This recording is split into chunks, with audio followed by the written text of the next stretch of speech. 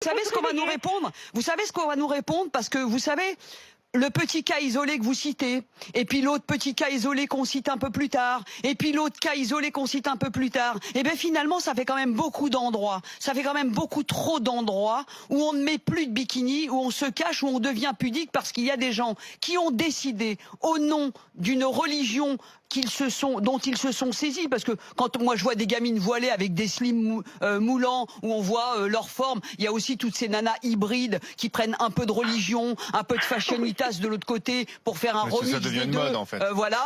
Et puis il y a les autres complètement vêtus de noir dehors. Ça veut dire qu'on est en train de tracer une frontière implicitement. Lorsque vous vous couvrez de la tête aux pieds, en face, celle qui est habillée normalement devient impudique. Alors en bikini, je vous explique même pas, et en décolleté c'est encore pire. Donc à partir du moment où une société montre l'image des femmes entre celles couvertes et celles non couvertes, ça veut dire qu'on crée dans l'imaginaire des garçons, dès la naissance des petits, qu'une femme couverte, elle est couverte pourquoi? Parce qu'elle se cache du désir des hommes. Si elle se cache, c'est parce que les hommes n'arrivent pas à se tenir. Donc c'est elle la coupable et la responsable d'être une femme, d'avoir un corps, d'avoir des seins, et puis d'avoir un sexe qui éventuellement autoriserait n'importe qui à la violer. Donc ça suffit, il y en a marre, ils peuvent chialer tout ce qu'ils veulent, de stigmatisation, d'islamophobie. Moi, j'en ai plus rien à faire, j'ai 3 petites filles, je me suis battue, moi et des milliers de cousines, pour pas être mariée de force, etc. C'est pas aujourd'hui qu'on va nous imposer des lois islamiques sur un territoire qui est la France. Maintenant, il y a plein de pays